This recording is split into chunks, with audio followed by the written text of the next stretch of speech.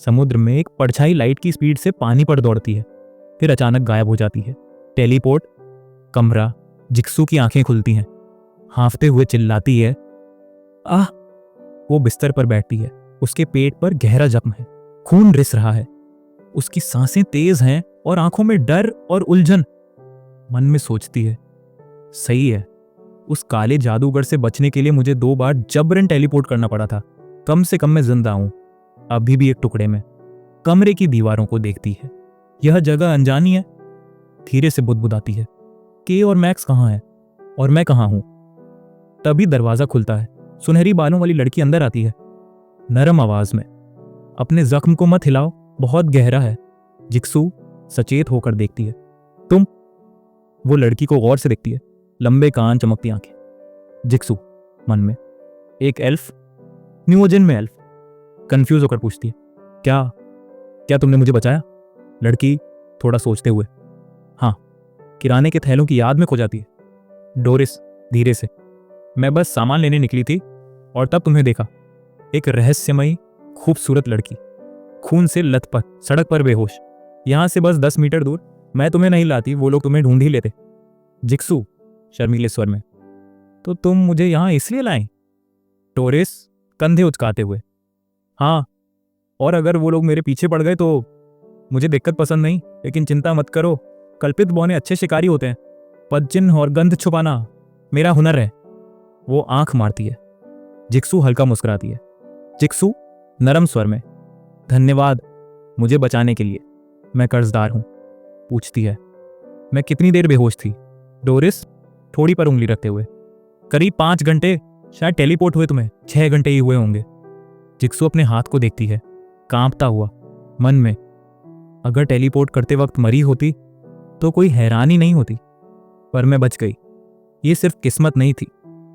वो एक सांस छोड़ती है और अचानक याद आता है, मुट्ठी भींचते हुए मन में, मिस्टर लिन, अगर वो मुझे इच्छा शक्ति न देते तो मेरा शरीर टेलीपोर्टेशन सह ही नहीं पाता, जैसा कि उनसे उम्मीद थी। उन्होंने सब कुछ पहले ही भांप लिया। कट टू, लिन एक किताब पढ़ते हुए छींकते हैं। कट बैक, जिक्सू बिस्तर पर, थोड़ा रिलैक्स्ड, मन में, खत्म नहीं हुआ, मैं अभी भी जीत सकती हूँ। मुझे ठीक होने के लिए समय चाहिए और मुझे जानना होगा कि ये एल्फ है कौन। डोरिस उत्साहित होकर, तुम्हारी रिकवरी स्पीड कमाल की है, क्या तुम भी कोई शिकारी हो? जिक्सू थोड़ा संकोच से, नाम है जी जिक्सू। तुम एक एल्फ हो सही, लेकिन न्यूजन में क्यों? डोरिस संजीदगी से जिक्सू को देखती है, अभी तक मैंने अपना परिचय नहीं दिया। मैं डोरिस हूं, एक शुद्ध रक्त एल्फ, अजीर के सबसे पुराने और पवित्र परिवार से। वो अपनी ओर इशारा करती है, मैं यहां आई हूं आयरिस परिवार के खोए हुए गौरव को ढूंढने। जिक्सू आश्चर्य में, आयरिस परिवार, वो तो प्राचीन किंवदंतियों का हिस्सा नहीं था? जिक्सू बचपन की यादों में खो जाती है। प्राचीन किंवदंतियों के अनुसार यह एक गौरवशाली राज्य हुआ करता था, लेकिन राजा कैंडेला के पागल हो जाने के बाद यह स्थान खंडहर में बदल गया। उस अंधेरी रात में कुछ कल्पित बोनों ने चुड़ैल वालपुर्गिस के साथ एक समझौते पर हस्ताक्षर किए। उन्हें एक नया संरक्षक दिया गया।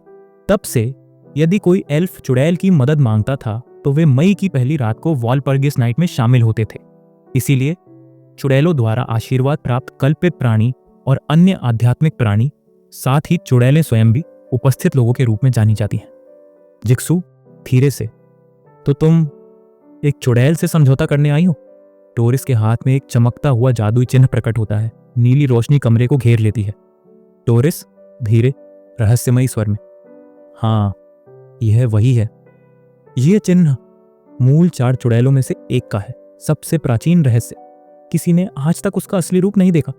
किंवदंती कहती है वह बर्फीले स्वप्नलोक में सोती है, जहां केवल सफेद आयरिस और प्राचीन ड्रैगनों की लाशों से बने पेड़ होते हैं। जिक्सू का चेहरा सख्त पड़ता है, उसकी आंखों में झटका सा महसूस होता है। जिक्सू धीरे से बुदबुदाती है, ये सिल्वर है, वो असली चुड़ैल जिसके बारे में हर अलौकिक प्राणी डरता है। आंखें से कोड़ते हुए, मैंने सोचा था वो सिर्फ एक मिथक थी, लेकिन नरेशन धीमा, मंत्रमुग्ध स्वर में, अजीर का मिथक, अध्याय 1, जब न समय था न इतिहास, केवल अराजकता। 4 थीं, चांदी, जीवन, वालपर्गीस और यज्ञद्रसिल। एक बर्फ की रानी, एक अग्नि की देवी, एक रात्रि की छाया और एक वृक्षों की आत्मा। उन्होंने ही सपनों और यथार्थ के बीच दीवारें खींची और फिर खुद अनंत निद्रा में चली गई। जिक्सू तनाव में। लेकिन नियोजन क्यों? यहां ऑर्डर ऑफ ट्रुथ का नेटवर्क है। इतनी बड़ी सपना भूमि यथार्थ में कैसे समा सकती है? डोरिस आंखें सिकोड़ती है, यादों में खोई। महान अर्शी ने यही कहा था, सिल्वर बर्फ से उतरेगी, नियोजन में प्रवेश करेगी और जिन पर सितारों की कृपा होगी उन्हें आशीर्वाद देगी। पर आप जानते हैं, ये भविष्यवाणियां हमेशा उलझी हुई होती हैं। जिक्सू कंबल हटा देती है, पैर नीचे झुलाती है, ठंडे स्वर में, तो आप यहाँ कितने दिन रुकने वाली हैं? और क्या आपको ये बारिश असामान्य नहीं लगती? डोरिस खिड़की से बाहर झांकती है। मेरे लिए मौसम कोई बाधा नहीं है, मैं कठोर हालात में जीने की आदी हूं। जिक्सू सोचती है, यह सिर्फ बारिश नहीं है, यह कुछ और है। वो जादुई दर्पण अंडा जो मन को नियंत्रित कर सकता है और सपना जानवर बना सकता है। मुझे किसी को सच नहीं बताना चाहिए, नहीं तो सब और बिगड़ जाएगा। और सावधान करती है, इन दिनों बाहर न निकलना ही बेहतर होगा, बहुत खतरनाक समय है। डोरिस मुस्कुराती है, पर खतरे में तो आप ज्यादा हैं, फिर भी चेतावनी आप दे रही हैं। जिक्सू गंभीर दृढ़ स्वर में, क्योंकि मैं एक शिकारी हूं, मैं रसातल में झांकती हूं और रसातल में बदल जाती हूं। रात की आग से जीवन और मृत्यु के बीच चलती हूं। मेरी ताकत किसी व्यक्तिगत लाभ के लिए नहीं है, मैं जानवरों का शिकार करती हूं ताकि मासूम चैन से सो सकें। डोरिस की आंखें झपकती हैं जैसे अतीत की कोई गूंज हो। जिक्सू ध्यान से देखते हुए सोचती है, यह ऐसे बोलती है जैसे खुद वहां थी। डोरिस भागती है और कहती है, आह मेरा सूप। डाइनिंग टेबल पर डोरिस सूप परोसते हुए, ताजा मेमने का सूप, खास तौर पर आपके लिए। जिक्सू एक चम्मच लेती है, रुकती है, फिर पूरा कटोरा पी जाती है। डोरिस मुस्कुराते हुए, मेरे पाक कौशल पर मुझे पूरा भरोसा है। दूसरा कटोरा डालती है। डोरिस धीरे से, तो क्या आप नियोजन को अच्छी तरह जानती हैं? जिक्सू सीधा जवाब देती है, मेरी स्थिति अब काफी संवेदनशील है, मदद करना कठिन होगा। पर एक जगह है, 23वीं स्ट्रीट की किताबों की दुकान, वहां के मालिक श्रीमान लिन शायद आपकी मदद कर सकें। डोरिस कुतूहल से, श्रीमान लिन कौन है वो? जिक्सू गर्व से, आंखों में चमक, वो मेरे मार्गदर्शक हैं। मैंने उनके प्रति अपनी निष्ठा की शपथ ली है, पर उनकी सर्वज्ञता ईश्वर के समान है। लिन दूसरी तरफ बुक स्टोर में झाड़ू लगाते हुए छींकता है। डोरिस शक भरी निगाह से, दिलचस्प बात है, मैंने ऑर्डर ऑफ ट्रुथ की सूची में उनका नाम नहीं देखा। अगर वह नियोजन में है तो रिकॉर्ड होना चाहिए। जिक्सू थोड़ा शर्माते हुए, मैं केवल वही कहती हूं जो मैंने अनुभव किया है। वह एक सच्चे संत हैं। अपने शरीर की पट्टियां खोलती है डोरिस हैरान। डोरिस सोचते हुए, मैंने उसे अधमरा पाया था और अब एक भी घाव नहीं। उसके शरीर से तो स्वप्न जानवर की ऊर्जा भी निकल रही है। डोरिस धीरे से कहती है, मुझे यकीन है आपके श्री लिन अविश्वसनीय व्यक्ति हैं। जिक्सू गर्व से, वो सबसे दयालु और परोपकारी इंसान है। डोरिस घूमते हुए, मैं जरूर उस पुस्तक विक्रेता से मिलूंगी, तब तक आप यहीं आराम करें, नहाने के लिए गर्म पानी तैयार है। जिक्सू विनम्रता से झुकती है, आपकी दया के लिए धन्यवाद मिस डोरिस। सीन बदलता है। जिक्सू बाथटब में बैठी सोचती है, मुझे अपने अधीनस्थों से संपर्क करना होगा, लेकिन पहले ताकत वापस लानी होगी। कट डोरिस किचन में सिंक के पास खड़ी, पानी बह रहा है, उसकी परछाई पानी में दिख रही है। डोरिस धीरे शैतानी हंसी के साथ, यह दुनिया झूठे भविष्यद्वक्ताओं से भरी, अपनी परछाई मिटा देती है। फिर से वो चिन्ह चमकता है। डोरिस सर्द मुस्कान के साथ, अगर वह कमजोर निकला तो फिर उम्मीदें तोड़ने की कीमत भी चुकानी पड़ेगी। सीन में झूम, दीवार से आधा लटका हुआ एक व्यक्ति जादुई सर्कल से घिरा, भेड़ की खोपड़ी पास रखी है। डोरिस निर्दयी मुस्कान के साथ, ठीक है, अब रसोई के कचरे से छुटकारा पाने का समय आ गया है। मुझे तो नहीं लगता है वो सूप किसी मेमने का था। अंधेरे कमरे में फायरप्लेस की लपटें जल रही हैं। हेलिक्स खड़ा है, उसका चेहरा आग की ओर है, पीछे सबऑर्डिनेट घुटनों पर। हेलिक्स धीमे स्वर में आंखें तिरछी करके, अभी तक हमारे ट्रैकर से कोई खबर नहीं? सबऑर्डिनेट सिर झुकाए हुए, चेजर पाकर असामान्य रैंक का शिकारी, लापता होने की पुष्टि हो चुकी है सर। हेलिक्स धीरे से पास आता है, आखिरी संपर्क के समय वह कहाँ था? अहदब और स्कारलेट पंथ के लोगों ने क्या कहा? सबऑर्डिनेट हिचकिचाते हुए वे कहते हैं उन्हें कुछ नहीं पता। हेलिक्स अचानक उसका गला पकड़ लेता है, हवा में उठा लेता है। हेलिक्स दहाड़ते हुए, नहीं पता। वे लाल पंथ के कमीने, क्या उन्हें इस मिशन की गंभीरता का जरा भी एहसास नहीं? सबऑर्डिनेट की आंखें लाल पड़ने लगती हैं, सांस अटकी हुई। सबऑर्डिनेट टूटी आवाज में, निशान पूरी तरह मिटा दिए गए थे और जादू के चिन्ह भी पहचान में नहीं आए। हेलिक्स गुस्से से घूरता है, फिर उसे जमीन पर गिरा देता है, धीरे से, नफरत से। जांच जारी रखो, मुझे परवाह नहीं, तुम में से कितने मरते हो, उसे ढूंढना ही होगा। हेलिक्स पलटता है, कमरे की परछाइयां उसके चारों ओर फैलती हैं, धीरे से। और चार्ल्स, उसकी क्या स्थिति है? सबऑर्डिनेट खांसते हुए, वह जाग चुका है सर। यूएआई ने उसकी लाश को पूरी तरह संरक्षित रखा था। स्कारलेट पंथ के प्रीकेंट मर्फी ने उसे पुनर्जीवित किया और उसके मन में हमारे लक्ष्य के लिए युद्ध की इच्छा भर दी। हेलिक्स मुस्कुराता है, पर वो मुस्कान ठंडी और क्रूर है। अंततः कुछ अच्छी खबर? चार्ल्स वाइल्ड का सबसे पसंदीदा शिष्य, इसीलिए तुमने उसे मारा था, है ना? हेलिक्स ठहरता है, सोचता है, धीरे से, जैसे खुद से। देखते हैं, जब उसका अपना शिष्य नरक से लौटकर उसे मारने आएगा तब क्या होगा? सिटी गली, बारिश गिर रही है को एक व्यक्ति भीगता हुआ चल रहा है। वह थका हुआ है, उसकी आंखें बुझी हैं, होंठ बुदबुदाते हैं। मन में, क्या वे तैयार हैं? आशा है वह जरूरी ऊर्जा ला पाएंगे जादुई दर्पण के अंडे को सहने के लिए।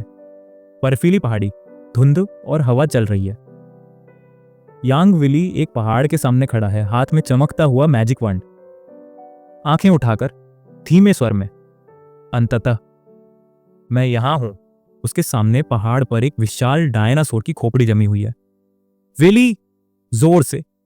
मेरे गुरु, शब्द का सबसे प्राचीन भगवान, ड्रैगन विस्परर, दिग्गजों में अंतिम, काला सम्राट, दिग्गजों के राजा, स्लेटर ऑगस्टस। विली घुटनों पर बैठता है, जादुई वैंड चमकता है, पर्पल लाइट चारों तरफ फैलती है। कांपती आवाज में, मेरा नाम वाइल्ड है, मैं आपसे बात करने आया हूं। अगर आप मेरी प्रतिभा देखना चाहें तो कृपया मेरे कार्यों को देखें। पहाड़ के अंदर पर्पल लाइट पहाड़ के सीने से उठती है। आवाज गूंजती है, मेरे शिष्य, किसी जादू की आवश्यकता नहीं। मुझे काले जादूगर का जीवाश्म कहा जाता है, लेकिन मेरा शरीर अब भी जीवित है। लाइट फटती है, आसमान रोशन हो जाता है। एक विशाल बूढ़ा व्यक्ति बाहर आता है, सिर पर ताज। बूढ़ा व्यक्ति धीरे से, बहुत दिन बाद मुलाकात हुई वाइल्ड, अब बताओ क्या लाए हो? विली गर्व से गार्गोयल आगे करता है, मैंने कार्य पूर्ण कर लिया है, यह परिणाम है, कृपया इसे देखें। बूढ़ा व्यक्ति उंगली बढ़ाता है, कई मैजिक सर्कल्स हवा में बनते हैं, उसकी आंखों से जुड़ते हैं, आश्चर्य से। क्या यह एक लगभग पूर्ण कृति? औरा पूरे पहाड़ पर फैल चुका है। बूढ़ा व्यक्ति गंभीर होकर कहता है, इस पल से भाग्य ने निर्णय ले लिया है, अब से तुम स्नातक हो चुके हो। मेरा शिष्य, विली सीना ताने खड़ा हो जाता है, खुश होकर। तुम्हारा मतलब है? बूढ़ा व्यक्ति धीरे से, अब से तुम एक स्वतंत्र अंधेरे जादूगर हो। विली घुटनों पर झुकता है, सामने एक बुजुर्ग डार्क विजर्ड खड़ा है। विली आदर से, आपके मार्गदर्शन के लिए धन्यवाद गुरुदेव। एक डार्क विजर्ड के रूप में आपकी पहचान और आशीर्वाद मेरे लिए सम्मान की बात है। बूढ़ा व्यक्ति गंभीर मुस्कान के साथ, अपना भाग्य मत भूलो विली, मेरी शुभकामनाएं हैं कि किस्मत हमेशा तुम्हारे साथ चले, मेरे अंतिम शिष्य। युवा विली एक गली में चलता हुआ। नरेशन, उस वक्त मैंने अपने गुरु के शब्दों की गहराई को नहीं समझा था। मैं बस इस बात से खुश था कि उन्होंने मुझे चुना। मेरे भविष्य की उम्मीदों से मैं भर गया था और मैंने खुद को अंधेरे में डाल लिया, पूरी तरह। रहस्यमयी, शक्तिशाली और खूबसूरत। विली अनाथालय के दरवाजे पर पहुंचता है। नरेशन, अब जब मैं सोचता हूं, शायद मैं बहुत छोटा था, बहुत जंगली, तभी ये सब हुआ। एक व्यक्ति आगे आता है, कहता है, कृपया इस तरफ आइए। यही वो जगह है जहां अनाथ बच्चे रहते हैं। एक बच्चा कोने में चुपचाप बैठा है। व्यक्ति कहता है, मैंने कभी नहीं सोचा था कि कोई आप जैसा बड़ा व्यक्ति काले शल्क वाले सर वाइल्ड को एक किसी अनाथ को गोद लेने आएगा। विली बच्चे की ओर इशारा करते हुए, उस बच्चे का नाम क्या है? व्यक्ति बताता है, वो उसे हाल ही में लाया गया है, अभी तक कोई नाम नहीं है। विली उस बच्चे के सामने खड़ा है, धीरे लेकिन ठोस स्वर में। हे बच्चे, मैं वाइल्ड हूं, एक डार्क विजर्ड, और मैं तुम्हें 2 विकल्प दे रहा हूं, यहीं रहो और मर जाओ, या मेरे साथ आओ। व्यक्ति चौंक कर, मिस्टर वाइल्ड, बच्चा हाथ बढ़ाते हुए, मैं मरना नहीं चाहता, कृपया मुझे ले चलिए। विली अपना कोट उस पर फेंकता है, उसके चारों ओर लपेटकर गोद में उठाता है। विली कहता है, अब से तुम मेरे शिष्य हो, अब मरने की चिंता मत करना, गर्व करो। थोड़ी देर रुककर मुस्कुराता है, ओह, तुम्हारा नाम नहीं है अभी तक, अब से तुम्हारा नाम चार्ल्स होगा। चार्ल्स खुश होकर, ठीक है मास्टर। नरेशन, उस पल के बाद चार्ल्स मेरा पहला शिष्य बना। डार्क विजर्ड और शिष्य का रिश्ता कई बार खून के रिश्तों से भी गहरा होता है। बाद में यूआई भी मेरी शिष्या बनी और मुझे लगा मेरी शक्ति उन्हें बचा लेगी, कम से कम तब मुझे यही लगता था। विली की आंखें खुलती हैं, आंखों में चमक नहीं है, पीछे सांप की परछाई लहराती है। नरेशन, शायद मैं चार्ल्स से कुछ ज्यादा ही जुड़ गया था। वो सतर्कता उसमें कभी नहीं आई जो आनी चाहिए थी। गुस्से में विली का औंरा फूटता है, बहुत देर हो चुकी है। नरेशन, मैंने उस काले जादूगर को ढूंढ निकाला जिसने चार्ल्स को मारा था, बदला लिया, पर मुझे ना उसका शरीर मिला ना आत्मा। बिना उनके ऑगस्टस की मदद से भी उसे वापस लाना असंभव है। विली चीख कर, मैंने हमेशा के लिए चार्ल्स को खो दिया, यही मेरा पाप है, एक ऐसा पाप जिससे बदला नहीं जा सकता। विली उठता है, माथा थामता है, यह ऐसा सपना था। रुककर, बस अपने शिष्य का सपना देखना, क्या ये कोई संकेत है? कागज उठाता है, धीरे पढ़ता है। विली सोचते हुए, ये मेरा उत्तर था और मेरे गुरु इससे संतुष्ट थे। अब जाकर समझ में आया उनके शब्दों का मतलब क्या था। विली दर्द के साथ, काश मैं उनके जितना समझदार होता तो शायद अपने शिष्यों को न मर पाता। थोड़ी रोशनी चेहरे पर आती है। विली धीरे मुस्कुराते हुए, या शायद चार्ल्स मरा नहीं, वो स्वप्नलोक में भाग गया हो। कभी मैंने भी ऐसी ही उम्मीद की थी। फिर गंभीर होकर सोचता है, मैं अभी भी अतीत में ही फंसा हूं। क्या मैं किसी चमत्कार की उम्मीद कर रहा हूं? कितना हास्यास्पद है। दरवाजे पर दस्तक होती है। विली चौंक कर सोचता है, वहां कौन है? वन में, ये मेरी सबसे छुपी हुई जगह है नौजन में, यहां कोई नहीं आ सकता सिवाय मेरे और चार्ल्स के। बाहर से आवाज आती है, जानी पहचानी सी।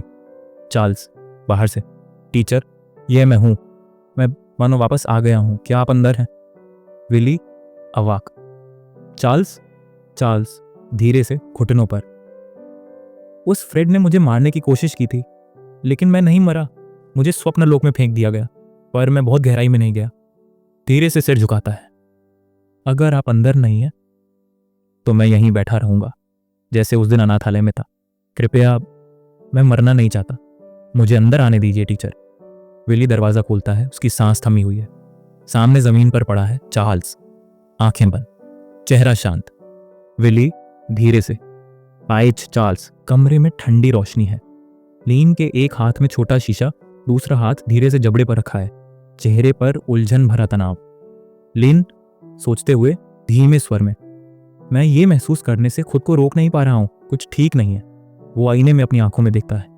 लिन खुद से, मेरा चेहरा वही है, स्वरूप बदला नहीं, लेकिन फिर भी क्यों लग रहा है जैसे मैं कोई MLM सेल्समैन बनता जा रहा हूं। हल्की हंसी, अगर अभी मैं एक पुजारी का चोगा पहन लूं तो यहीं कोई आकर अपना पाप स्वीकार कर लेगा। वो हल्के झटके से मुंह खोलता है, ध्यान से खुद के दांत देखता है। लेन धीरे से, फोकस्ड, ये सब उन 8 नए दांतों के कारण हो रहा है। लेन वॉइस ओवर, बौद्ध धर्म में बुद्ध के 33 महाचिन्ह होते हैं, उनमें एक चिन्ह 40 सुंदर और कोमल दांत, दुनिया के प्रति करुणा और कोमल वाणी का प्रतीक। कहते हैं ऐसा व्यक्ति परफेक्ट मैन कहलाता है। लिन के चेहरे पर कड़वा सा मुस्कुराहट।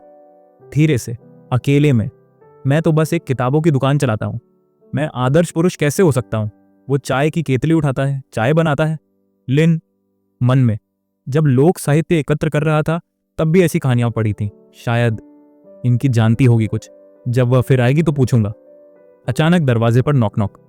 लिन चौंकता है, दुकान अब तक बंद है।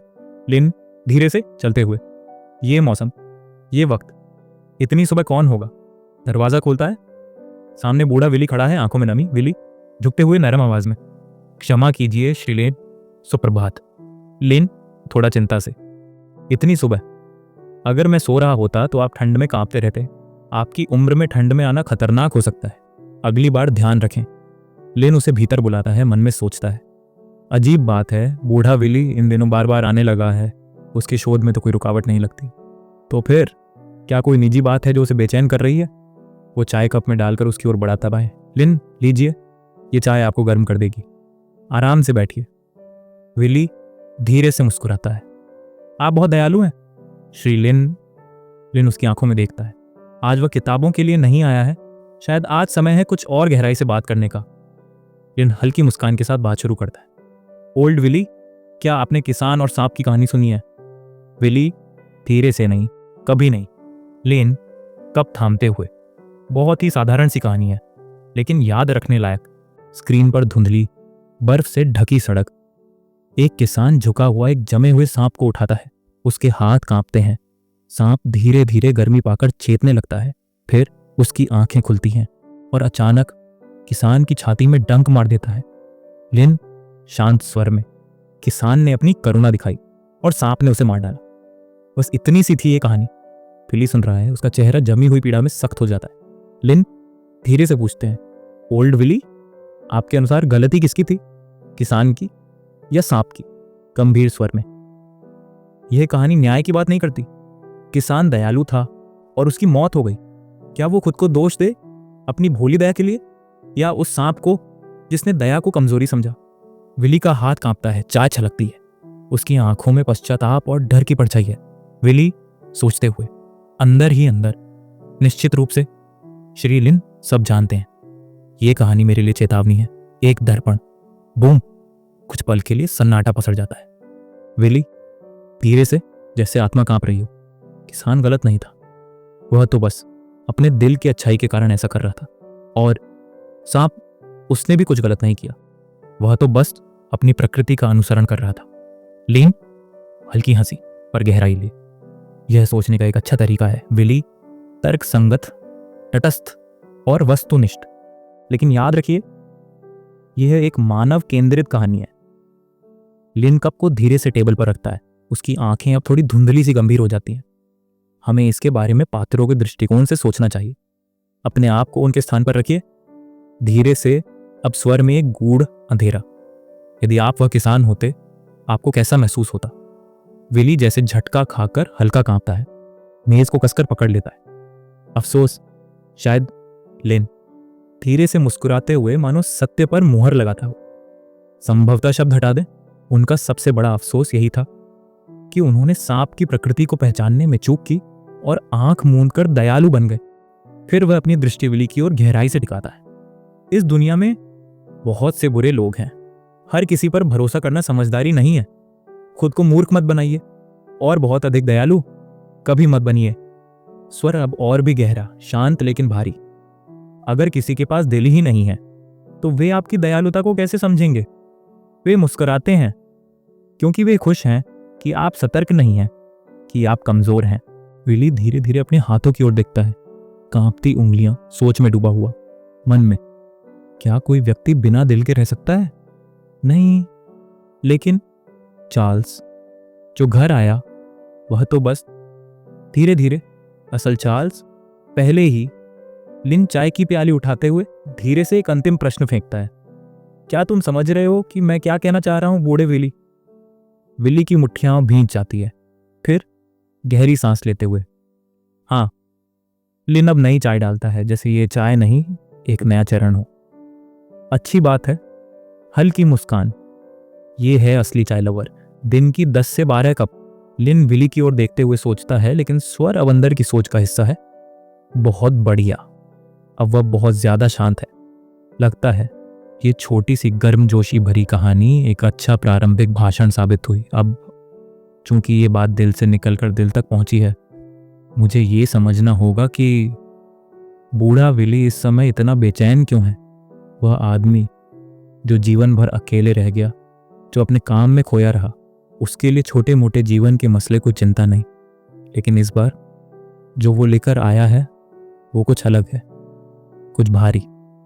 फोकस विली के चेहरे पर जाता है, थोड़े थके हुए, थोड़े टूटे हुए, लेकिन उम्मीद के टुकड़े अब भी बाकी हैं। लिन सोचता है, एक समस्या जो अधिकतर बुजुर्गों को परेशान करती है, रिश्तेदार। जहां तक मुझे पता है विली के पास सिर्फ 2 दत्तक पुत्र थे। एक विदेश गया और संपर्क में नहीं, दूसरे ने असली माता पिता ढूंढ लिए और विली से रिश्ता तोड़ लिया।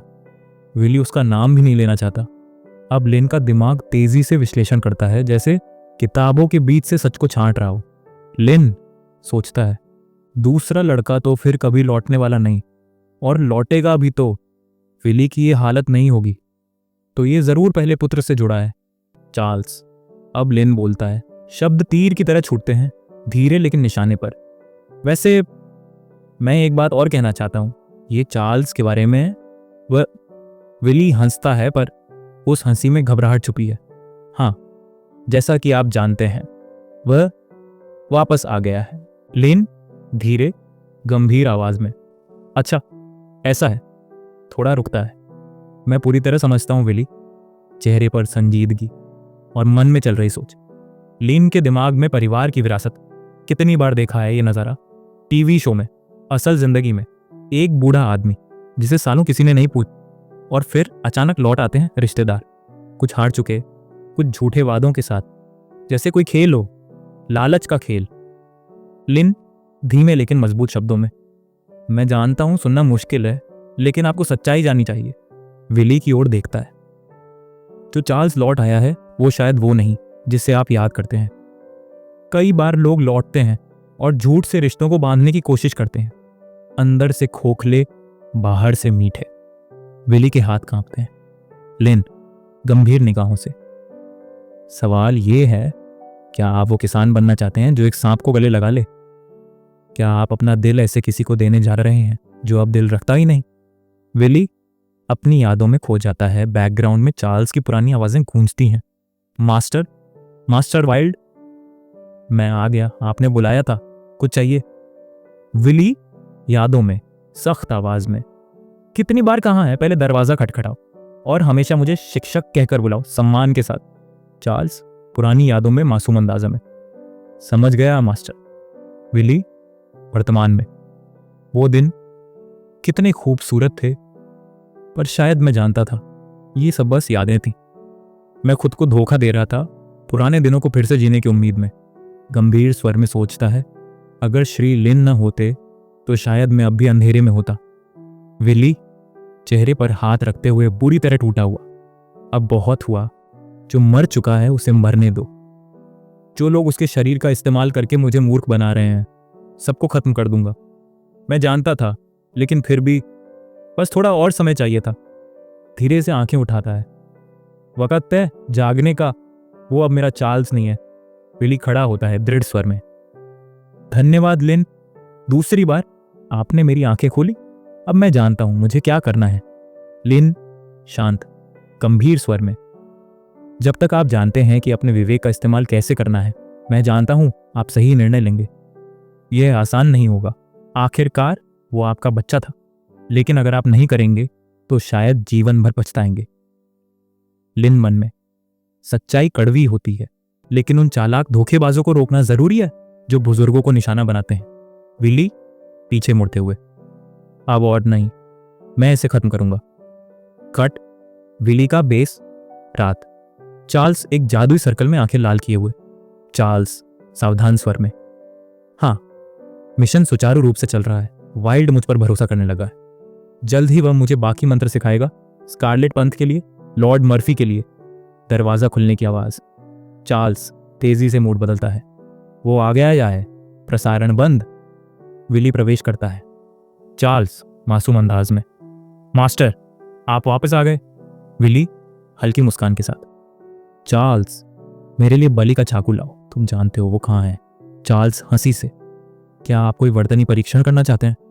विली धीमे स्वर में, हाँ, एक बेहद महत्वपूर्ण मंत्र है, खुद तैयार करूंगा, तुम बाद में मेरी मदद करना।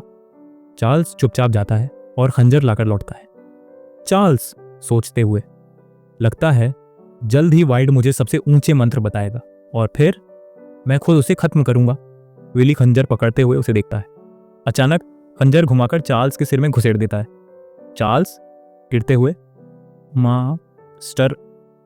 विली धीरे से ठंडे स्वर में, आराम करो मेरे बच्चे, मृत्यु के साथ शांति आती है। चार्ल्स की लाश को देखते हुए खंजर पर नजर टिकती है। विली, अनंत नींद का ताबूत, तो ये तुम हो मर्फी।